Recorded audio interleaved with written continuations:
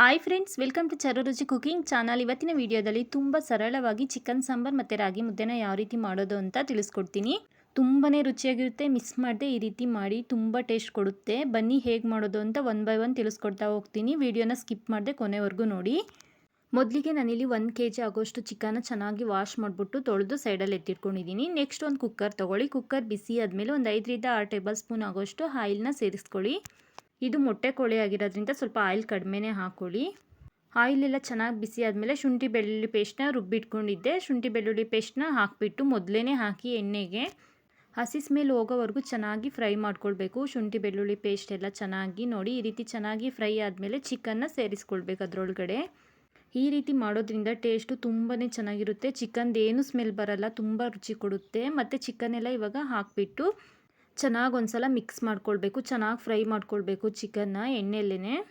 ಒಂದ್ಸಲ ಎಲ್ಲ ಈ ರೀತಿ ಚೆನ್ನಾಗಿ ಮಿಕ್ಸ್ ಮಾಡ್ಕೊಂಡಾದಮೇಲೆ ಇದಕ್ಕೆ ಕಲ್ಲುಪ್ಪನ್ನ ಹಾಕ್ಕೊಳ್ತಾ ಇದ್ದೀನಿ. ಉಪ್ಪು ಮತ್ತು ಒಂದು ಅರ್ಧ ಚಿಟಿಕೆ ಆಗೋಷ್ಟು ಅರಿಶಿನ ಸೇರಿಸ್ಕೊಂಡು ಮತ್ತೆ ಒಂದ್ಸಲ ಚೆನ್ನಾಗೆಲ್ಲ ಮಿಕ್ಸ್ ಮಾಡ್ಕೊಳ್ಳಿ. ಅರಿಶಿನ ಮತ್ತು ಉಪ್ಪು, ಶುಂಠಿ ಬೆಳ್ಳುಳ್ಳಿ ಪೇಸ್ಟ್ ಇವಿಷ್ಟನ್ನು ಹಾಕ್ಬಿಟ್ಟು ಚೆನ್ನಾಗಿ ಫ್ರೈ ಮಾಡ್ಕೊಳ್ಬೇಕು ಚಿಕನ್ನ ಎಣ್ಣೆಯಲ್ಲೇ. ಇದೆಲ್ಲ ಚೆನ್ನಾಗಿ ಫ್ರೈ ಆದಮೇಲೆ ಇದಕ್ಕೆ ಸ್ವಲ್ಪ ಕೊತ್ತಂಬರಿ ಸೊಪ್ಪು ಅಥವಾ ಪುದೀನ ಸೊಪ್ಪು ಯಾವುದಾದ್ರೂ ಓಕೆ ಹಾಕೊಂಡ್ಬಿಟ್ಟು ಚೆನ್ನಾಗಿ ಒಂದ್ಸಲ ಮಿಕ್ಸ್ ಮಾಡ್ಕೊಳ್ಳಿ. ಇದೆಲ್ಲ ಚಿಕನ್ನು ಎಣ್ಣೆಯಲ್ಲಿ ಫ್ರೈ ಆಗೋ ಅಷ್ಟೊತ್ತಿಗೆ ಮಸಾಲೆನ ರುಬ್ಕೊಳ್ಳೋಣ. ಏನಿಲ್ಲ ಅಂದರೂ ಒಂದು 15 ನಿಮಿಷ ಅಂತೂ ಚಿಕನ್ನ ಎಣ್ಣೆಯಲ್ಲಿ ಚೆನ್ನಾಗಿ ಫ್ರೈ ಮಾಡ್ಕೊಳ್ಬೇಕು. ಬನ್ನಿ ಮಸಾಲೆ ರುಬ್ಬೋದಕ್ಕೆ ಜಾರ್ ತೊಗೊಳ್ಳಿ ಒಂದು. ಫಸ್ಟ್ ನಾನಿಲ್ಲಿ ತೆಂಗಿನ ತುರಿನ ಹಾಕ್ಕೊಳ್ತಾ ಇದ್ದೀನಿ. 1 kgಗೆ ಒಂದು ಅರ್ಧ ಹೋಳು ಆಗೋಷ್ಟು ತೆಂಗಿನ ತುರಿ ಆದರೆ ಸಾಕಾಗುತ್ತೆ. ಮತ್ತು ಚಕ್ಕೆ, ಲವಂಗ, ಸ್ವಲ್ಪ ಗಸಗಸೆನ ಸೇರಿಸ್ಕೊಳ್ತಾ ಇದ್ದೀನಿ. ಇದನ್ನು ಸಪ್ರೇಟು ರುಬ್ಬಿ ಸೈಡಲ್ಲಿ ಎತ್ತಿಟ್ಕೊಳ್ಳಿ. ನುಣ್ಣಗೆ ಸ್ವಲ್ಪ ನೀರು ಸೇರಿಸ್ಬಿಟ್ಟು ನುಣ್ಣಗೆ ರುಬ್ಬಿ ಸೈಡಲ್ಲಿ ಎತ್ತಿಟ್ಕೊಳ್ಳಿ. ನೆಕ್ಸ್ಟ್ ಅದೇ ಜಾರಿಗೆ ಕಟ್ ಮಾಡಿ ಇಟ್ಕೊಂಡಿರೋ 2 ಟೊಮೊಟೊ ಮತ್ತು ಈರುಳ್ಳಿ, ಸ್ವಲ್ಪ ಪುದೀನ ಮತ್ತು ಕೊತ್ತಂಬರಿನ ಸೇರಿಸ್ಕೊಳ್ಬೇಕು. ಸ್ವಲ್ಪ ನೀರು ಹಾಕ್ಬಿಟ್ಟು ಒಂದು ಅರ್ಧ ರುಬ್ಕೊಳ್ಳಿ. ಯಾಕಂದರೆ ಸ್ವಲ್ಪ ಅರ್ಧ ರುಬ್ಕೊಂಡು ಆದಮೇಲೆ ನೆಕ್ಸ್ಟ್ ಇದಕ್ಕೆ ನೋಡ್ತಾ ಇರ್ಬೋದು, ಅರ್ಧ ರುಬ್ಕೊಂಡು ಆದಮೇಲೆ ಇದಕ್ಕೆ ಖಾರದ ಪುಡಿನ ಸೇರಿಸ್ಕೊಳ್ತಾ ಇದ್ದೀನಿ. ಹಚ್ಚ ಖಾರದ ಪುಡಿ, ಹಾಗೆ ಒಂದು 2.5 ಸ್ಪೂನ್ ಆಗೋಷ್ಟು ಧನಿಯಾ ಪುಡಿನ ಸೇರಿಸ್ಕೊಳ್ತಾ ಇದ್ದೀನಿ. ಇದಕ್ಕೆ ಸ್ವಲ್ಪ ನೀರು ಸೇರಿಸ್ಬಿಟ್ಟು ಆದಷ್ಟು ನುಣ್ಣಗೆ ರುಬ್ಕೊಳ್ಬೇಕು. ನುಣ್ಣಗೆ ಈ ರೀತಿ ರುಬ್ಕೊಂಡು ಆದಮೇಲೆ ಮಸಾಲೆನ ಚಿಕನ್ಗೆ ಸೇರಿಸ್ಕೊಳ್ಬೇಕು. ಆವಾಗಲೇ ಫ್ರೈ ಮಾಡೋಕ್ಕೆ ಇಟ್ಕೊಂಡಿದ್ವಲ್ಲ ಚಿಕನ್ನು, ಅದರೊಳಗಡೆ ಮಸಾಲೆ ಎಲ್ಲ ಹಾಕ್ಕೊಂಡ್ಬಿಟ್ಟು ಚೆನ್ನಾಗಿ ಒಂದ್ಸಲ ಮಿಕ್ಸ್ ಮಾಡ್ಕೊಳ್ಬೇಕು. ನೋಡ್ತಾ ಇದ್ರಲ್ಲ ಮಸಾಲೆ ಎಲ್ಲ ಹಾಕಿದ್ದೀನಿ. ಸ್ವಲ್ಪ ನೀರನ್ನು ಹಾಕ್ಕೊಳ್ಳಿ. ಅದೇ ಜಾರಿಗೆ ಸ್ವಲ್ಪ ನೀರು ಹಾಕ್ಬಿಟ್ಟು ಸೇರಿಸ್ಕೊಂಡ್ರೆ ಸಾಕಾಗುತ್ತೆ. ಈ ರೀತಿ ಮಾಡೋದ್ರಿಂದ ತುಂಬಾ ರುಚಿಯಾಗಿರುತ್ತೆ ಚಿಕನ್ನು. ಮತ್ತು ನೋಡ್ತಾ ಇರ್ಬೋದು ನೀರನ್ನ ಸೇರಿಸ್ಕೊಡ್ತಾ ಇದ್ದೀನಿ. ಇದೆಲ್ಲ ಚೆನ್ನಾಗಿ ಮಿಕ್ಸ್ ಮಾಡ್ಕೊಂಡು ಆದಮೇಲೆ ಇದಕ್ಕೆ ರುಬ್ಬಿಟ್ಕೊಂಡಿರೋ ಕಾಯ್ದ ಹಾಕ್ಕೊಳ್ತಾ ಇದ್ದೀನಿ. ಕಾಯಿ ಮತ್ತು ಚಕ್ಕೆ ಮಸಾಲೆ ಎಲ್ಲ ರುಬ್ಕೊಂಡಿದ್ವಲ್ಲ ಇದನ್ನು ಸೇರಿಸ್ಬಿಟ್ಟು ಚೆನ್ನಾಗಿ ಒಂದ್ಸಲ ಮಿಕ್ಸ್ ಮಾಡ್ಕೊಂಡು ಸ್ವಲ್ಪ ನೀರನ್ನ ಹಾಕ್ಕೊಳ್ಳಿ.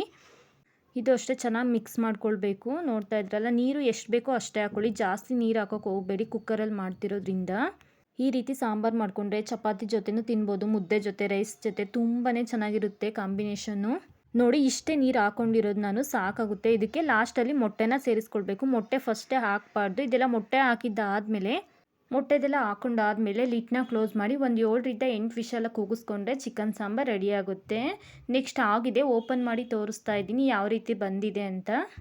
ತುಂಬ ಈಸಿಯಾಗಿ ಸುಲಭವಾಗಿ ಯಾರು ಬೇಕಾದರೂ ಮಾಡ್ಕೊಳ್ಬೋದು. ಅಷ್ಟು ಸಾಂಬಾರು ಚೆನ್ನಾಗಿರುತ್ತೆ. ನೋಡ್ತಾ ಇದ್ರಲ್ಲ ತುಂಬ ಚೆನ್ನಾಗಿ ಬಂದಿದೆ ಸಾಂಬಾರು. ಮಾತ್ರ ಟೇಸ್ಟು ಅಷ್ಟೇ ಚೆನ್ನಾಗಿದೆ. ಚೆನ್ನಾಗೆಲ್ಲ ಬೆಂದಿದೆ ಚಿಕನ್ ಸಾಂಬಾರು. ಇಷ್ಟೇ ಸಿಂಪಲ್ಲು ಚಿಕನ್ ಸಾಂಬಾರು ಮಾಡೋದು. ಈಗ ಸಾಂಬಾರು ರೆಡಿಯಾಗಿದೆ. ಇದಕ್ಕೆ ಸ್ವಲ್ಪ ಮುದ್ದೆ ಮಾಡ್ಕೊಳ್ಳೋಣ. ಮುದ್ದೆ ಮಾಡ್ಕೊಳ್ಳೋದಕ್ಕೆ 1 ಗ್ಲಾಸ್ ನೀರು ಇಟ್ಟಿದ್ದೀನಿ.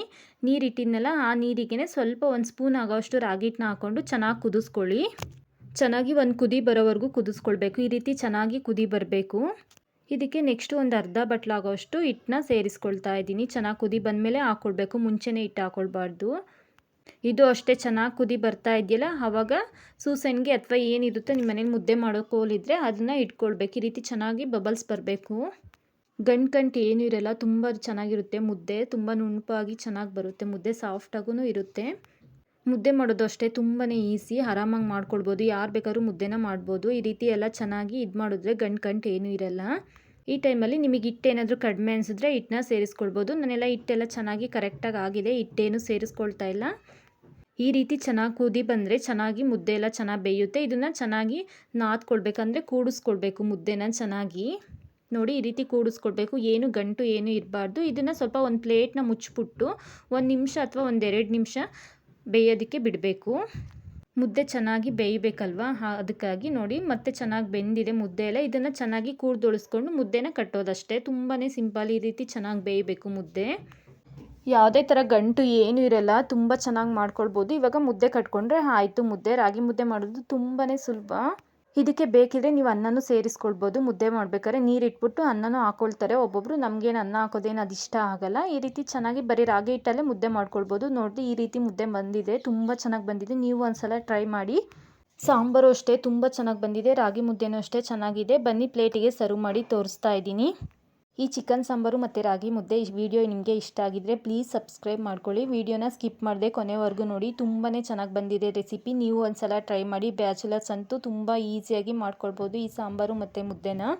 ಇಷ್ಟೇ ಸಿಂಪಲು ರಾಗಿ ಮುದ್ದೆ ಮತ್ತು ಚಿಕನ್ ಸಾಂಬಾರು. ವಿಡಿಯೋ ಇಷ್ಟ ಆಗಿದ್ರೆ ಪ್ಲೀಸ್ ಸಬ್ಸ್ಕ್ರೈಬ್ ಮಾಡ್ಕೊಳ್ಳಿ. ವಿಡಿಯೋನ ಸ್ಕಿಪ್ ಮಾಡದೆ ಕೊನೆವರೆಗೂ ನೋಡಿ. ಸಿಗೋಣ ನೆಕ್ಸ್ಟ್ ವಿಡಿಯೋದಲ್ಲಿ. Thank you for watching. Bye.